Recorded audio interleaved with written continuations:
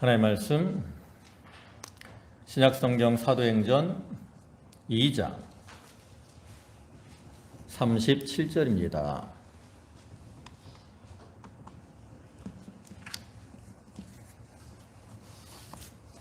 사도행전 2장 37절 신약성경 페이지로는 190쪽.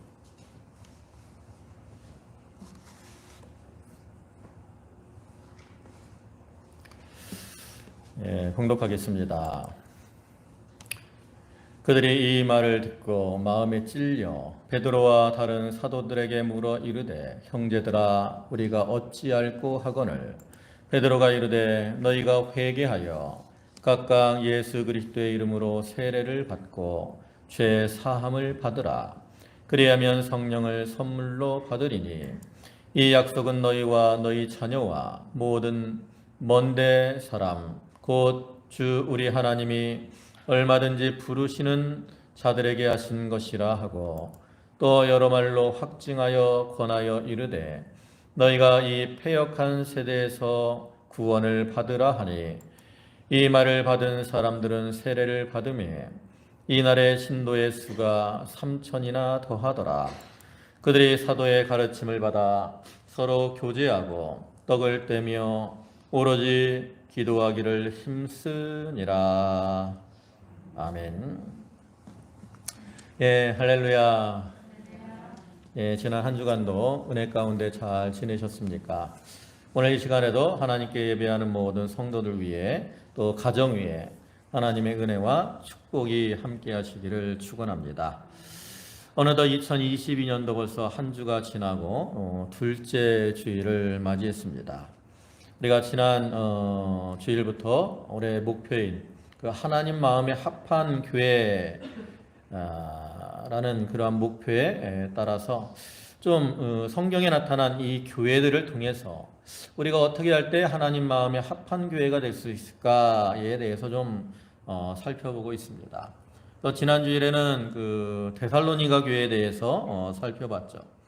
또 그에 대해서 간략하게 다시 한번 말씀을 드리면, 데살로니가 교회는 바울의 2차 전도를 통해서 세워진 교회로서 마게도냐와 아가야 지역의 모든 믿는 자의 본이 되고, 또 하나님을 향한 믿음의 소문이 각처에 퍼짐으로 바울을 기쁘게 하였고, 또 바울이 이 데살로니가 교회를 생각할 때마다 참 하나님께 감사하는 교회였다 그랬어요. 근데 데살로니가 교회가 이와 같이 될 수 있었던 것은 바로 믿음의 역사와 사랑의 수고와 소망의 인내가 있는 이러한 교회였기 때문이라고 말씀을 드렸고, 우리도 이 데살로니가 교회와 같이 좀 감사가 되는, 생각할 때 감사가 되는 교회, 또 성도들이 되자라고 말씀을 드렸습니다. 오늘은 이제 두 번째로서 이 예루살렘 교회에 대해서 좀 생각을 해보고자 합니다. 이 예루살렘 교회는 그 신약 시대 최초의 교회이고요, 또 초대교회의 중심이 되는 이러한 교회죠. 그래서 오늘 이 본문의 말씀을 보면 이 예루살렘 교회가 세워지는 과정과 그 다음에 이 세워진 후에 이 교회의 모습을 우리에게 보여주고 있는 말씀이죠. 그래서 우리가 오늘 이 말씀을 통해서 하나님이 기뻐하시는 이 예루살렘 교회는 어떠한 교회였는가, 좀 이에 대해서 살펴보고 우리도 그러한 모습으로 자기를 만들어 나가도록 해야 되겠습니다. 이 예루살렘 교회에서 살펴볼 때 먼저 그 교회가 어떻게 세워지게 되었는가, 세워지게 된 과정을 먼저 살펴보고자 합니다. 이 본문이 기록된 사도행전 2장은 우리가 잘 알고 있듯이 그 오순절 성령 강림 사건이 기록된 말씀이죠. 앞에 1장에 나타난 것처럼 예수님께서 십자가에 죽으셨다가 부활하시고 40일 동안을 이 땅에 계시면서 자기를 제자들에게 나타내 보이시고, 또 하나님 나라의 일을 말씀해 주셨습니다. 그리고 이제 승천을 하시게 되는데, 승천하시기 앞서 제자들에게 말씀을 하시죠. 뭐라고 말씀하십니까? 성령이 임할 것을 약속하시고 그 성령을 기다리라, 이렇게 말씀을 하시죠. 사도행전 1장 거기 4절과 5절을 보면 사도와 함께 모이사 그들에게 분부하여 이르시되 예루살렘을 떠나지 말고 내게 들은 바 아버지께서 약속하신 것을 기다리라. 요한은 물로 세례를 베풀었으나 너희는 몇 날이 못되어 성령으로 세례를 받으리라 하셨느니라. 이렇게 예수님의 성령이 임할 것, 아버지께서 약속하신 거, 바로 성령을 가리키거든요. 성령이 임할 거니까 너희가 성령을 기다려라. 얼마나 있으면 너희에게 성령이 임할 것이다. 이렇게 가르쳐 주신 거죠. 그래서 예수님이 이제 승천하신 후에 제자들은 예루살렘에 있는 마가 다락방에 모여서 기도하면서 성령이 임하기를 기다리게 되었고요. 그리고 이제 2장 1절부터 말씀에서 볼 수 있는 것처럼 오순절에 그들 가운데 성령이 임하게 됩니다. 그래서 이 성령을 받은 제자들이 그 성령 충만함으로 나가서 복음을 전하게 되죠. 이때는 아까 오순절이기 때문에 오순절은 다른 의미로 맥추절이라고도 말을 하는데 이때는 그 1절에 있는 것처럼 많은 경건한 유대인들이 오순절 절기를 지키려고 예루살렘에 모이는 그러한 시기였기 때문에 여러 지역에서 많은 사람들이 모였어요. 얼마나 많은 사람들이 모였느냐. 거기 2장 9절부터 11절을 보면 우리는 바데인과 메데인과 엘람인과 또 메소포타미와 유대와 갑바도기아 본도와 아시와 부르기아와 밤빌리아 애국과 및 구레네에 가까운 리비아 여러 지방에 사는 사람들과 로마로부터 온 나그네 곧 유대인과 유대교에 들어온 사람들과 그레데인과 아라비아인들이라. 우리가 다 우리의 각 언어로 하나님의 큰 일을 말함을 듣는도다 하고 그랬어요. 여기 나타난 것처럼 여러 지역, 한 15개 지역의 사람들이 이렇게 모여왔다. 그때 성령 충만함을 받은 제자들이 그 각 지역의 방언으로 그들에게 복음을 전하게 되는데, 이렇게 복음이 전해질 때 듣는 사람들 중에 많은 사람들은 참 그로 인해 놀랬지만, 또 어떤 사람들은 제자들을 조롱하기를 저들이 세술에 취해서 저렇게 행동하는 것이다 라고 말을 하죠. 그때 이제 베드로가 그들에 앞서서 다른 사도들과 함께 서서 자기를 조롱하는 사람들과 다른 이 사람들에게 자기들에 대해서 변호를 하죠. 지금은 대낮인데 우리가 술에 취한 것이 아니다. 그러면서 우리가 이렇게 행하는 것은 우리에게 성령이 임했기 때문이다 라고 증거를 하고, 이어서 이제 예수 그리스도에 대해서 증거를 하게 되죠. 베드로가 이와 같이 자기들에게 성령이 임한 것을 증거하는데, 그것이 이제 2장 16절부터 21절까지 말씀입니다. 근데 이 말씀은 요엘서 2장 28절부터 32절까지의 말씀을 인용한 건데, 그 요엘서 그중 2장 28절부터 29절을 보면, 그 후에 내가 내 영을 만민에게 부어 주리니 너희 제자들이 장래일을 말할 것이며 너희 늙은이는 꿈을 꾸며 너희 젊은이는 이상을 볼 것이며 그때 내가 또 내 영을 남종과 여종에게 부어줄 것이며. 이렇게 하나님께서 장차 자기의 백성들, 종들에게 성령을 부어주시고, 그렇게 성령을 받은 자들이 예언을 할 것, 이것을 요엘 선지자를 통해서 예언했는데, 그 예언대로 우리에게 성령이 임한 것이고 우리가 그를 통해서 이렇게 복음을 전하는 것이다 라고 증거를 한 거죠. 그리고 이어서 또 베드로는 그 모인 사람들에게 이제 예수 그리스도에 대해서, 예수님이 메시아가 되시고 그리스도가 되심을 증거를 합니다. 즉 하나님께서 이 나사렛 예수를 보내셔서 여러 이적과 기사를 베푸시고 그를 통해서 하나님의 아들이심을 나타냈는데, 유대인들이 그러한 예수님을 영접하지 않고 로마인들에게 붙여서 십자가에 못 박아 죽였다라는, 그러나 하나님께서 그렇게 죽은 예수 그리스도를 사망의 고통 가운데 두지 아니하시고 과거에 다윗을 통해서 예언하신 것처럼 다시 살리셨다. 그분이 바로 메시아다, 그리스도다 라고 증거하죠. 그래서 앞에 2장 거의 31절과 32절 보면 예수님의 부활에 대해서 이렇게 증거하거든요.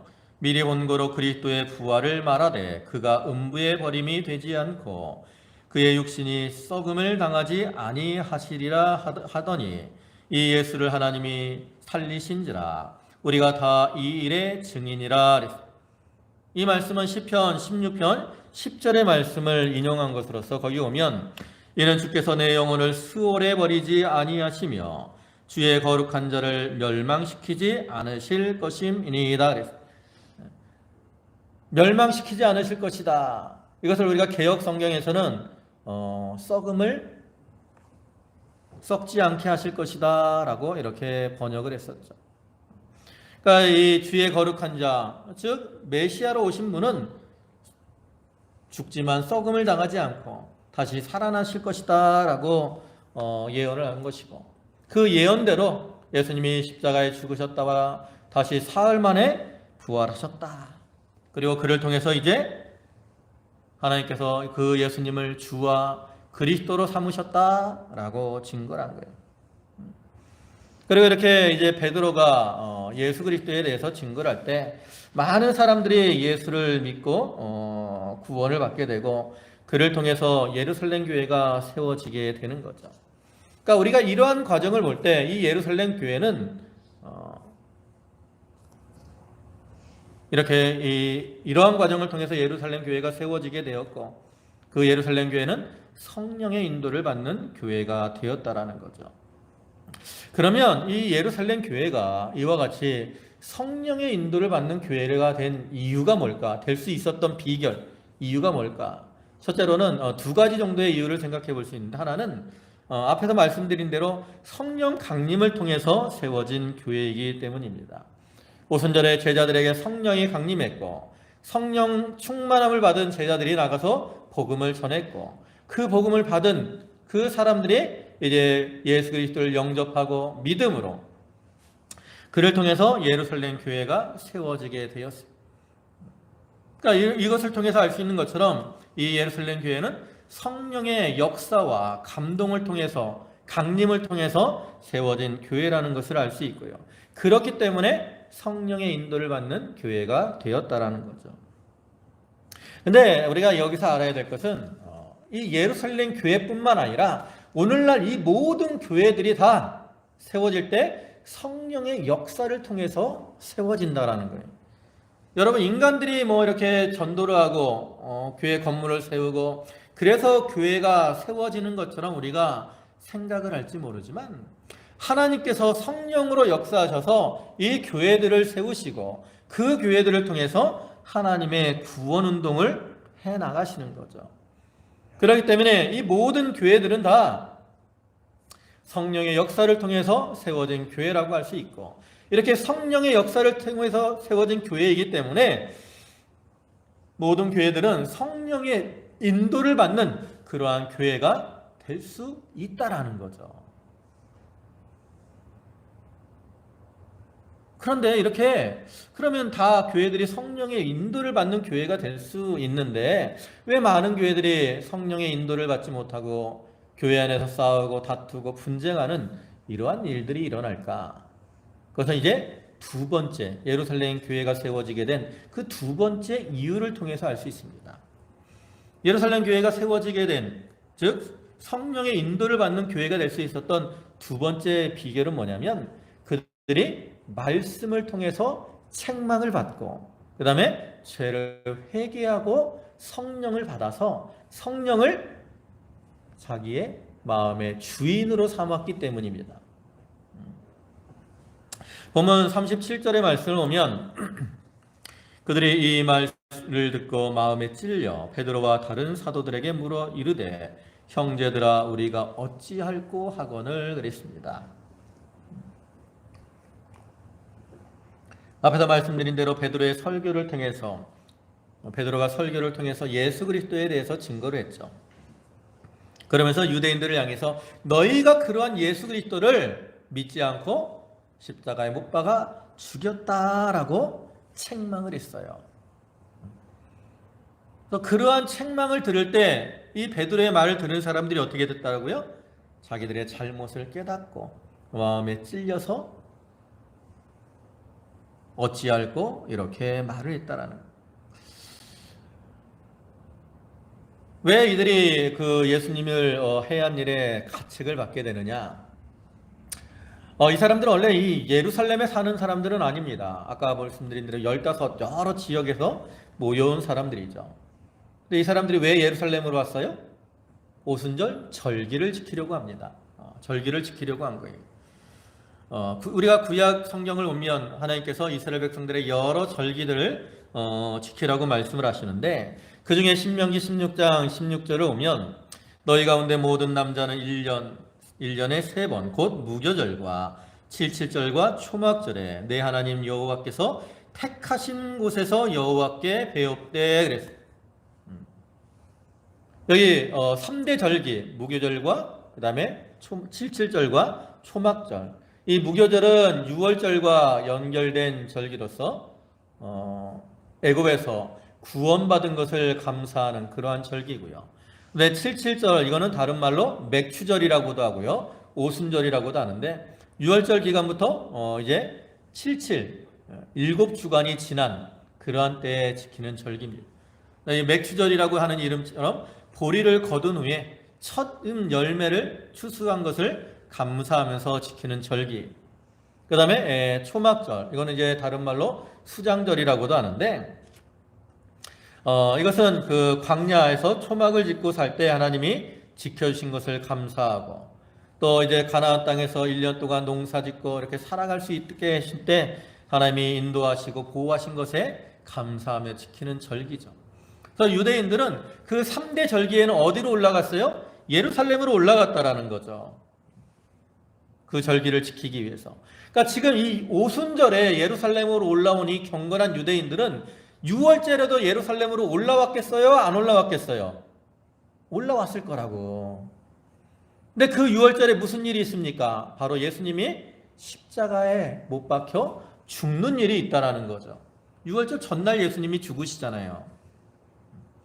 그럼 이렇게 예수님이 6월절에 이제 전날 십자가에 못 박혀 죽게 되는데, 그러면 그때 이 사람들이 예루살렘에 올라왔었는데, 이들이 예수님을 그 대제사장과 바리새인들이 예수님을 시기해 가지고 백성들을 이렇게 이제 대중을 선동해서 빌라도에게 예수님을 십자가에 못 박아 죽이도록 이렇게 했는데, 그때 이 예루살렘에 올라왔던 이 유대인들, 이들은 어떻게 했겠느냐는 거예요. 이들도 다른 백성들과 함께 예수님을 십자가에 못 박는 일에 어떻게 했겠어요? 동참을 했을 거라는 거죠. 여러분 생각을 해보세요. 예수님이 십자가에 죽으실 때 예수님을 이렇게 옹호하는 이런 사람들이 많았겠습니까? 아니면 예수님을 십자가에 못 박아 죽이라고 반대하는 사람들이 많았겠어요? 반대하는 사람들이 많았기 때문에 예수님을 십자가에 죽이라고 예수님을 반대하는 그러한 사람들이 많았기 때문에 빌라도가 그러한 백성들을 두려워해서 예수님을 십자가에 못 박도록 내어준 거 아닙니까? 그걸 생각해 보면 이 예루살렘 6월절에 예루살렘에 올라왔던 많은 유대인들이 예수님을 십자가에 못 박는 일에 찬성을 하고 거기에 동참을 했었다라는 걸 알 수 있죠. 그런데 이제 베드로가 성령의 충만함을 받아서 그들에 대해서 너희가 하나님이 메시아로 그리스도로 너희에게 보내신 그분을 영접하지 않고 믿지 않고 십자가에 못 박아 죽이도록 했다라고 책망을 한 거예요. 그러니까 그러한 책망을 들을 때 어떻게 됐어요? 이제 마음에 찔리고 양심의 가책을 받은 거예요. 그러니까 어떻게 합니까? 그들이 우리가 어찌할꼬 라고 말하는 거예요. 베드로가 책망을 할 때 거기 2장 23절을 보면 이렇게 말하잖아요. 너희가 법 없는 자들의 손에 손을 빌려 못 박아 죽였으나, 너희가 이렇게 예수님을 법 없는 그 로마인들, 율법이 없네요. 법 없다는 건 율법을 믿지 않는 이방인들, 그들에게 예수님을 이렇게 넘겨주고 못 박아 죽였다라는 거예요. 그러니까 이렇게 책망을 들을 때 어떻게 했어요? 이들이 양심이 찔렸어요. 가책을 받았습니다. 그러니까 이제 어떻게 합니까? 우리가 어찌할꼬 하며 제자들에게 물어보는 거죠. 여기서 이들이 어찌할꼬 하는 것은 자기들의 죄를 인정하고 엎드리는 이러한 자세를 보여주는 겁니다. 여러분, 우리가 죄를 책망을 받을 때 이와 같이 어찌할꼬 하는 이러한 마음을 갖는 게 참으로 복받은 사람이라고 할 수 있어요. 왜냐하면 이렇게 어찌할꼬 하는 그러한 마음을 받을 때 우리가 회개할 기회를 얻을 수 있고 그를 통해서 성령의 인도를 받는 자가 될 수 있기 때문이죠. 여러분, 모든 사람들이 책망을 받는다고 어찌할꼬 하는 게 아니에요. 여기 베드로의 책망을 받을 때 그 사람들은 어찌할꼬 하며 엎드렸지만 사도행전 7장을 보면 어떤 사람들은 책망을 받았지만 오히려 그로 인해서 일을 간다 그랬어요. 그 내용이 이제 스데반이 순교를 당할 때의 모습인데, 이제 유대인들이 스데반을 이렇게 잡아가지고 해하려고 할 때 스데반이 이제 성령이 충만해서 그들에게 예수 그리스도에 대해서 증거하잖아요.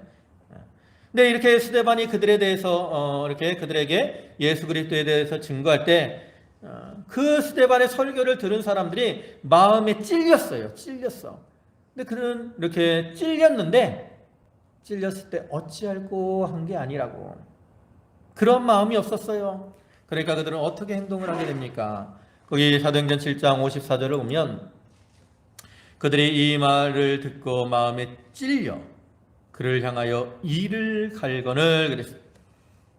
마음이 어떻게 됐어요? 찔렸어요. 똑같아. 마음에 찔렸다고. 근데 이들은 뭘 했어요?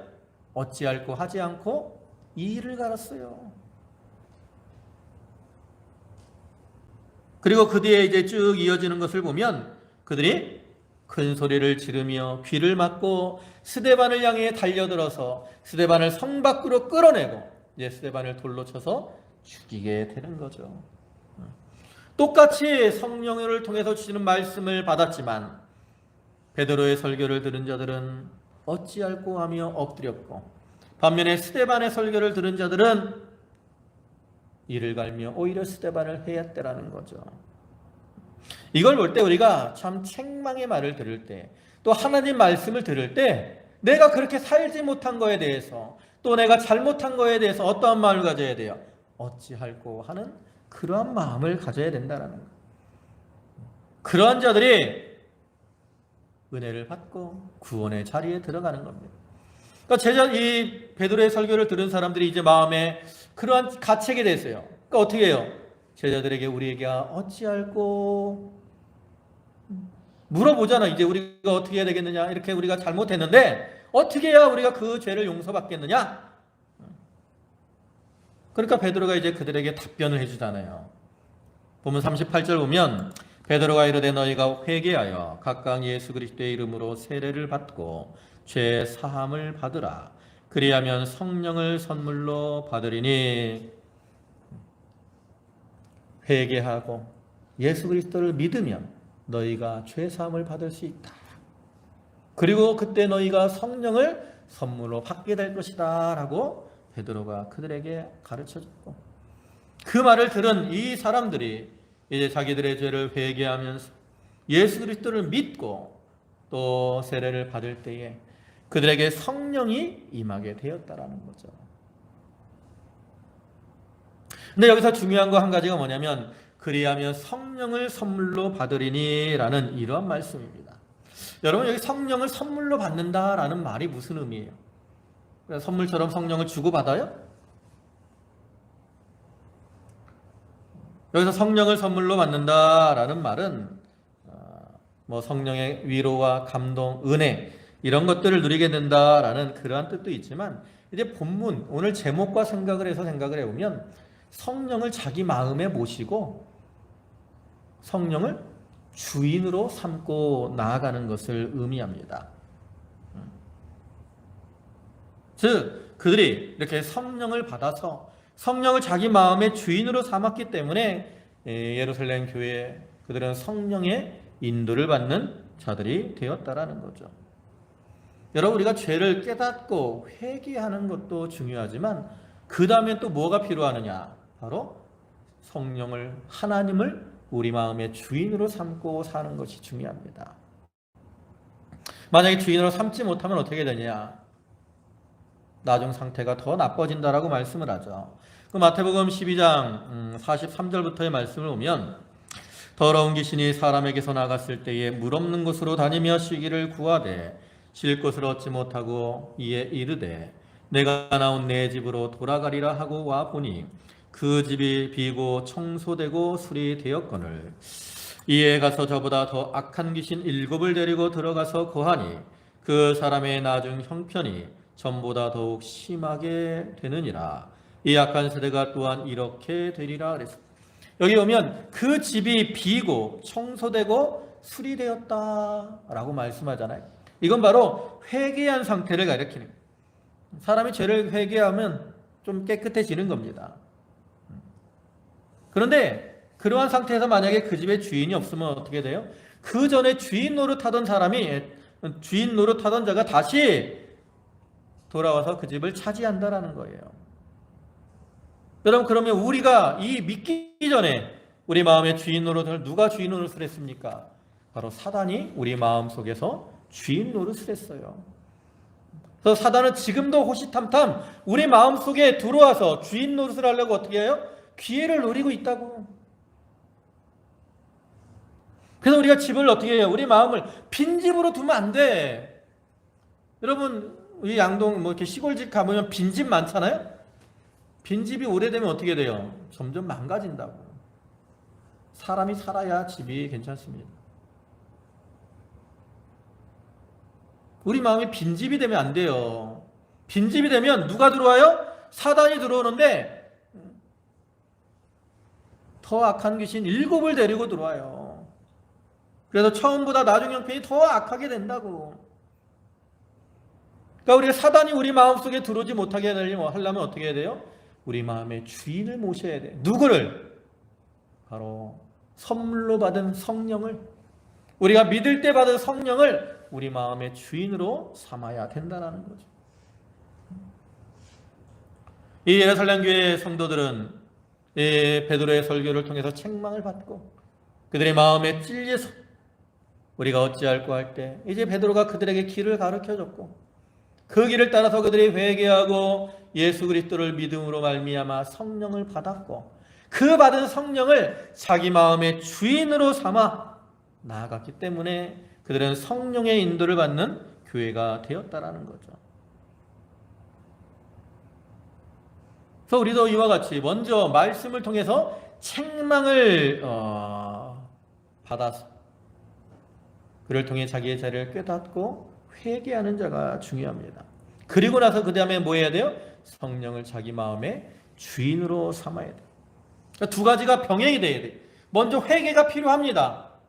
회개가 없으면 성령이 우리 마음속에 들어올 수가 없어요. 왜? 우리 마음은 온갖 더러운 것들로 가득 차 있기 때문에. 우리 마음속에 어떤 것들이 있습니까? 마태복음 15장 19절에 오면 마음에서 나오는 것은 악한 생각과 살인과 간음과 음란과 도적질과 거짓 증언과 비방이니 그랬어요. 또 마가복음 7장 21절과 22절에 오면 속에서 곧 사람의 마음에서 나오는 것은 악한 생각 곧 음란과 도적질과 살인과 간음과 탐욕과 악독과 속임과 음탕과 질투와 비방과 교만과 우매함이니. 이런 더럽고 추하고 지저분한 것들이 어디에 있어요? 우리 마음속에 가득 차 있어요. 여러분, 이렇게 지저분한 마음속에 성령이 어떻게 거룩한 성령께서 들어올 수 있겠습니까? 그러니까 우리가 성령을 먼저 모시려면 뭐 해야 돼요? 먼저 자기의 죄를 회개해야 하는 게 있어야 돼요. 그리고 나서 이제 성령을 자기 마음의 주인으로 모시는 거죠. 그러면 그러한 자들은 성령의 인도를 받는 삶을 살아갈 수가 있는 겁니다. 그래서 예루살렘 교회는 이와 같이 성령 강림을 통해서 세워졌고, 그 다음에 이렇게 죄를 책망받을 때 회개하고 성령을 자기 마음의 모심으로 성령의 인도를 받는 교회가 되었습니다. 그리고 이제 그에 따라서 합당한 모습으로 살아가죠. 그러면 그들이 이제 성령의 인도를 받음으로 어떠한 삶을 살아가게 되느냐? 보면 42절에 오면 그들이 사도의 가르침을 받아 서로 교제하고 떡을 떼며 오로지 기도하기를 힘쓰니라. 여기는 이제 그들이 성령의 인도를 따라서 행하는 그 세 가지 신앙의 모습을 보여주죠. 이를 구체적으로 보면 첫째로는 뭘 받았어요? 사도의 가르침을 받았다 그랬어요. 성령의 인도를 받으니까 뭘 사모하게 됐어요? 말씀을 사모하게 된 거예요. 말씀. 그래서 그들은 말씀을 잘 받고 그 말씀에 순종하는 이러한 삶을 살았다라는 거죠. 여러분, 이 교회와 성도들이 하나님 마음에 합한 이러한 교회와 성도가 되는 데 있어서 중요한 게 뭐예요? 바로 말씀입니다. 그래서 우리가 말씀을 가르치는 자도 말씀을 잘 가르쳐야 되고요. 받는 사람들도 그 말씀을 잘 받아야 돼요. 사도들이 말씀을 가르칠 때 3년 반 동안 주님께 배운 그 말씀을 성령의 능력으로 전했어요. 또 고린도전서 2장 4절에 오면 바울도 뭐라고 합니까? 성령과 성령의 나타나심과 능력으로 복음을 전했다라고 말씀을 하죠. 그래서 오늘날 이 교회에서도 이제 목사님들이 말씀을 준비할 때 기도하고 이렇게 여러 시간을 통해서 연구해서 말씀을 전하는 것도 최대한 이렇게 참 능력으로 전하려고 힘을 쓰는 거죠. 아무튼 말씀을 전할 때 이렇게 잘 전해야 되고요. 또 받는 사람들도 어떻게 해야 돼요? 좋은 마음으로 말씀을 잘 받아야 돼요. 온유하고 겸손한 마음으로, 사모하는 마음으로. 우리가 어떤 마음으로 말씀을 받아야 되느냐, 이걸 교훈하는 그 말씀이 이제 씨 뿌리는 비유를 통해서 우리가 알 수 있죠. 마태복음 13장이나 마가복음 4장 또 누가복음 8장을 보면 씨 뿌리는 비유가 나오는데, 거기 오면 씨가 뿌려지는 네 가지의 밭이 있잖아요. 네 가지 밭. 하나는 길가, 두 번째 밭은 흙이 얇은 돌밭, 그다음 세 번째는 가시덤불, 그다음 네 번째는 좋은 땅이에요. 여러분, 그 중에 열매 맺는 밭은 어떤 밭이에요? 길가는 심겨지도 않고 새들이 와서 먹어버리고, 흙이 얇은 돌밭은 뿌리가 싸게 나긴 하지만 뿌리가 얇기 때문에 금방 타서 없어지고, 가시덤불은 자라긴 하지만 가시덤불이 그 영양을 다 뺏어가기 때문에 결실하지 못하고, 좋은 땅에 심기운 씨만 30배, 60배, 100배를 결실하게 되잖아요. 그러면 이렇게 좋은 땅이 결실하게 되는 이유가 뭐냐? 그럼 우리가 좋은 땅으로 말씀을 받아서 결실해야 되는데, 좋은 땅이 결실하게 되는 비결을 이렇게 말을 해요. 누가복음 8장 15절을 보면 좋은 땅에 있다는 것은 착하고 좋은 마음으로 말씀을 듣고 지키어 인내로 결실하는 자리라. 어떤 마음으로 말씀을 받아요? 착하고 좋은 마음으로, 온유하고 겸손한 마음으로, 사모하는 마음으로 말씀을 받아야 그 말씀이 내 속에 심기어져서 열매를 많이 맺을 수 있는 거예요. 그러니까 성령의 인도를 받는 자들은 말씀을 사모하게 되고, 그 말씀을 잘 받게 되고, 그 말씀에 순종함으로 열매를 맺게 되는 거죠. 여기 이 예루살렘 교회가 사도의 가르침을 받았다는 건 그냥 듣고 말았다라는 의미가 아니에요. 말씀을 잘 듣고 받아서 그 말씀대로 순종하는 삶을 살았다라는 걸 의미하는 거죠. 그래서 그 뒤에 보면 이제 그들이 행하는 모습들을 통해서 우리가 그런 것을 알 수 있죠. 그래서 오늘날 우리들도 이렇게 참 온유하고 겸손한 마음으로 말씀을 받고, 그 말씀을 통해서 이제 신앙의 열매를 맺혀 나가는 자들이 되어야 됩니다. 그다음에 두 번째로 예루살렘 교회의 모습은 어떤 거냐면 사랑으로 교제하는 교회였습니다. 오늘 본문에 보면 서로 교제하며 떡을 떼며 그랬어요. 이와 같이 예루살렘 교회는 성령 안에서 하나가 되었기 때문에, 성령의 인도를 받으니까, 한 성령이 인도하니까 다 어떤 마음이에요? 한 마음이죠. 하나가 된 거예요. 하나가 되었기 때문에 어떻게 해요? 서로 사랑으로 교제를 했다라는 거죠. 교회는 사랑으로 교제할 때 거기서 하나가 되고 힘이 나오게 됩니다. 네, 오늘날 지금 이 코로나로 인해서 교회가 이 교제들을 잘 못해요. 나와서 이제 예배를 드리긴 하지만 교제할 시간이 없잖아요.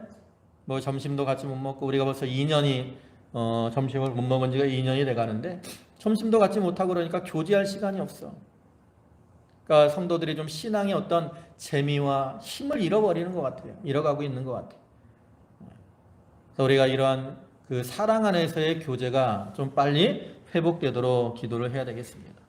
아무튼 이 예루살렘 교회는 이렇게 성령의 인도 아래서 이와 같이 사랑으로 교제하는 그러한 교회였고, 그렇기 때문에 그들은 자기들의 물질을 아끼지 않고 서로 나누고 베풀었죠.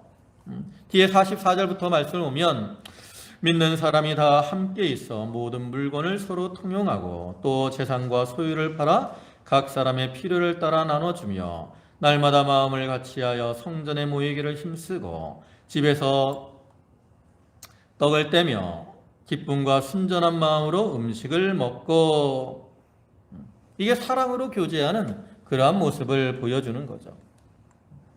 이러한 교회가 성령의 인도를 받는 그러한 교회라고 할 수 있습니다. 그다음에 세 번째로 예루살렘 교회는 어떠한 교회였느냐? 기도에 힘을 쓰는 교회였습니다. 오늘 본문에서는 오로지 기도하기에 힘쓰니라 그랬습니다. 전에 개역 성경에서는 전혀 기도에 힘을 썼다라고 말하지. 이렇게 오로지 기도에 힘쓴다, 전혀 기도에 힘쓴다, 이 말은 뭐냐면 기도의 전문가가 되었다라는 거예요. 근데 이 기도의 전문가가 되었다는 말은 기도를 유창하게 잘했다라는 이러한 의미는 아니에요. 기도에 왜 기도를 해야 되고 어떻게 기도를 해야 되는가를 바로 알고 하나님의 뜻에 맞는 기도를 했다라는 거죠. 우리 성도들은 기도에 뭐가 돼야 돼요? 전문가가 돼야 됩니다. 근데 우리가 많은 사람들이 기도하면 어떻게 돼요? 마음에 부담을 갖죠. 교회에서 대표 기도 시키면 아이고 저 못해요. 왜 이렇게 부담을 갖습니까? 잘하려고 하기 때문에 잘하려고. 근데 하나님은 우리가 기도 유창하게 잘하는 거 이거 기뻐하시지 않아요. 좀 말로 이렇게 잘하지 못하더라도 참 진정으로 하나님 앞에 기도를 아뢰고 부르짖으면 하나님이 기뻐하시죠. 여러분 자녀들 보셨겠지만 자녀들이 말 잘해야 자녀들에게 뭐 해주는 거 아니라고. 자녀들이 말 못해도 어리광 부리면서 부모님한테 말하면 부모님들이 그 자녀를 사랑하기 때문에 해주잖아요. 우리의 기도도 마찬가지예요. 우리가 유창하게 잘하는 것보다 참 진실하고 간절된 그런 마음으로 기도하면 하나님이 그 기도를 받으시는, 이게 전문가의 기도고 이게 하나님이 기뻐하시는 기도입니다. 그래서 이 예루살렘 교회는 이와 같이 기도의 전문가가 되어서 기도에 힘쓰는 그러한 교회가 되었던 거죠. 이제 말씀을 마무리하겠습니다. 이 신약교회 시대 최초의 교회인 이 예루살렘 교회는 참 성령의 역사를 통해서 세워진 교회였고, 그 다음에 예루살렘 교인들이 이렇게 성령의 충만한 가운데 성령의 인도를 받아서 말씀을 통한 가르침을 잘 받고 또 사랑으로 교제하며 기도에 힘쓰는 그러한 교회가 되었습니다. 오늘날 우리들도 하나님 마음에 합한 교회가 되기 위해서는 이와 같이 성령의 인도를 받는 교회가 되어야 되는데, 그러기 위해서는 우리가 이 자기의 죄를 찾아서 회개하고 그를 통해 자기 마음을 정결케 하고 그 다음에 성령을 자기 마음으로 주인으로 삼아서 성령의 인도를 받는 그러한 자들이 되어야 됩니다. 우리 모든 성도들이 이와 같이 성령의 인도를 받는 그러한 성도들이 다 되시고 그를 통해서 참으로 주님 안에서 복된 삶을 사는 그러한 교인 성도들이 되시기를 주님의 이름으로 축원합니다. 아멘. 기도하시겠습니다. 만유의 주가 되시고 전능하신 아버지 하나님, 예루살렘 교회가 오순절 성령 강림을 통해서 복음이 전파되었고 그 복음을 받은 이 자들이 제자들 앞에서 우리가 어찌할꼬 하며 엎드렸을 때에 베드로가 너희가 죄를 회개하고 예수 그리스도를 믿고 세를 받으면 죄의 사함을 받을 것이고 성령을 선물로 받을 것이다 라고 했고, 그와 같이 이제 그들이 자기의 죄를 회개함으로 성령을 받았고 이제 성령을 자기 마음의 주인으로 삼음으로 성령의 인도를 받아서 사는 그러한 교회가 되었습니다. 아버지 하나님, 오늘날 저희들도 이 성령의 인도를 따라 살기 위해서 먼저 자기들 가운데 있는 죄를 찾아 회개함으로 정결케 자기를 만들어 나가게 하시고 또한 성령을 자기 마음의 주인으로 모시고 행함으로 이제 성령의 인도를 따라 사는 성도들 되게 하여 주시옵소서. 아버지 하나님, 참으로 이 코로나로 인해서 많은 어려움이 있지만 에게 성령의 인도를 따라 저희가 말씀의 가르침을 잘 받고 사랑으로 교제하며 또 기도에 힘쓰므로 우리의 이 믿음이 또 우리의 예배가 참으로 기쁨이 되고 감사가 되는 그러한 믿음과 예배가 되게 하여 주시옵소서. 아버지 하나님, 저희 성도들 한 사람 한 사람을 붙들어 주시고 늘 은혜 가운데 살아갈 수 있도록 또한 도와주시옵소서. 아버지 하나님, 오늘도 귀한 주의로 허락하시고 저희를 불러주셨음에 감사를 드립니다. 저희 성도들 감사함으로 주님께 예물들을 드렸사오니 그 드리는 손길과 심령을 기억하여 주시고 하늘의 신령한 것과 땅에 기름진 것으로 저들에게 충만케 채워주시옵소서. 모든 말씀 예수님의 이름으로 감사하며 기도 올리옵나이다. 아멘.